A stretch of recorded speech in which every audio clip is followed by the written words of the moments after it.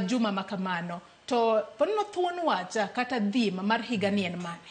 Erokamano, mana kaka iwacho no, higa ka higa waneno ni onego bed ni waketo tenge ndalo 7 ma wadhialo mine ma dhodho, kendo en time onego bed ni kendo wapuonjo jopiny gimomiyo onego bed ni idhodho nyathi kuom dweche 6.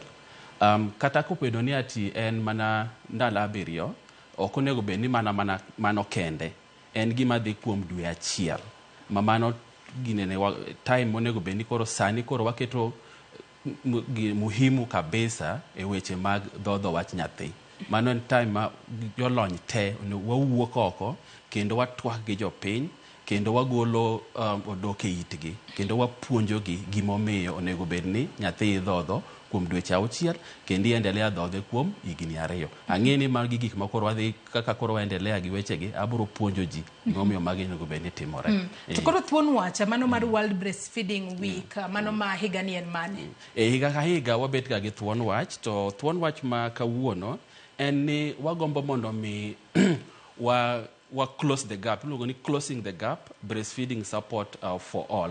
En ni ati waseyudo ni nonro mosetim kata mosetim Kenya ka en ni atamalo 60 kende mag nyithindo emidhodho kuom dweche 6.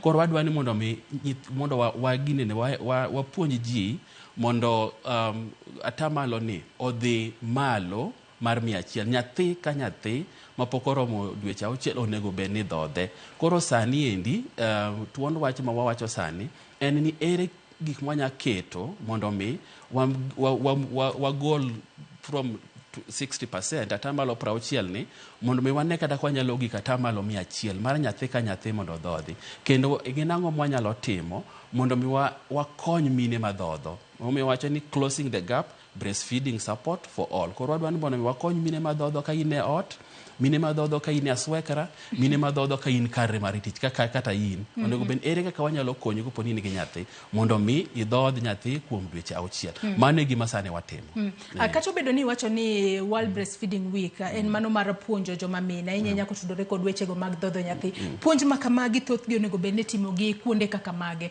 Mar mondo mi mana kaka iwacho ni mar mondo mi wawuoge atamalo 60 mano mar nyithindo ma idhodho kuom thuolo mar dweche 6 seche moko wachop atamalo 100 kinde mabiro mbele. Koro weche mag puonj ing'eni ok en ni wawach ni kainde monego bed ni time. Puonj onego bed ni timo kamoro amora. Kwanyalo solonga onyalo chopo ne mine madhodho, solonga onyalo chopo ne wuone nyithindogi, solonga onyalo chopo ne joma ondiko ji. Kech ng'ato ka ng'ato onego bed ni winjo wachni. Mane momiyo kata ka koro wabire wang' jowi mar Ramogi ka nyiso ni ji mang'eny yudowa. Koro kwanyalo tiyo gi Ramogi TV, kwanyalo tiyo gi radio, kwanyalo tiyo kata koponi wadhi aswekra kata koponi wadhi e skunde. Koro kamoro amora mwanyalo yudo mwanyalo puonji ji. En gima nyako bed ni watimo. Koro onge gimoro ni ati ka kende monego bed ni time. Koro en kamoro amora monego bed ni time mwanyalo yudo ji kwa puonjogi weche mag muhimu mar dhodho nyathi. Ati wacho ni kaber ang'eni thoth joma mine para ni dweche 6 mokwongo kende e maber mar mondo mi odhodh nyathi.